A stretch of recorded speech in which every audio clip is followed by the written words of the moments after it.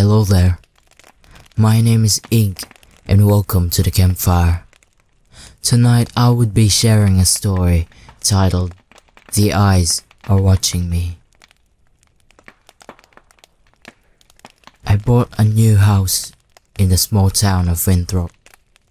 The house was cheap, but the most important part was that I needed to get away from the city.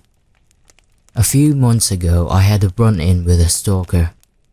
While I had managed to get him arrested, I couldn't shake the feeling of eyes just constantly watching me. I felt like there were eyes everywhere, at home and on the street. So I decided to move out into the country to somewhere with less people, just for peace of mind. The house itself was big and somewhat old, but otherwise very welcoming. The agent who introduced me to the house had been required to mention that a serial killer had lived here in the past, which was why the house was so cheap.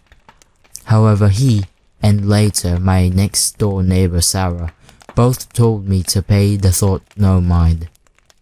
4 other owners had lived in the house since then, and all of them were very happy with it. I loved the house. Its interior furnishings were beautiful and very comfortable. The people of Winthrop were friendly, often bringing over freshly baked pastries or inviting me over for dinner. Get-togethers, they said, were the key to making sure everyone who lived in Winthrop loved it there. Yet after a week, I stopped loving it.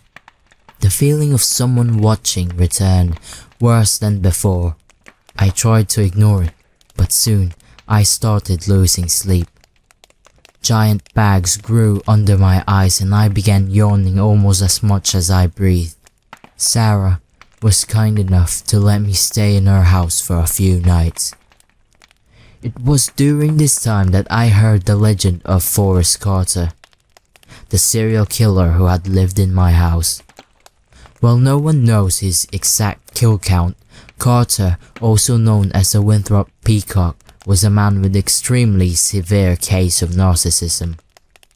Legends say that he couldn't fall asleep if he didn't feel like he was being watched. He was finally arrested for putting up a scarecrow to watch him during the night, only it wasn't a scarecrow. Carter had murdered a 17-year-old girl just so her corpse could stare at him. The story gave me shivers, and after I went home, I felt like there were hundreds of pairs of eyes just watching me no matter how I turned. Today, however, was the first day that I acted out. I was cooking breakfast when I felt the eyes. Instinctively, out of fear, I threw my kitchen knife, which lodged itself into the wall. As I pulled it out, I found myself staring at a pair of eyes, pickling in formaldehyde. I've been watching the police peel away the drywall of my house for hours now. So far, they found 142 pairs of eyes in little glass jars. The scariest thing is, each and everyone was staring at me.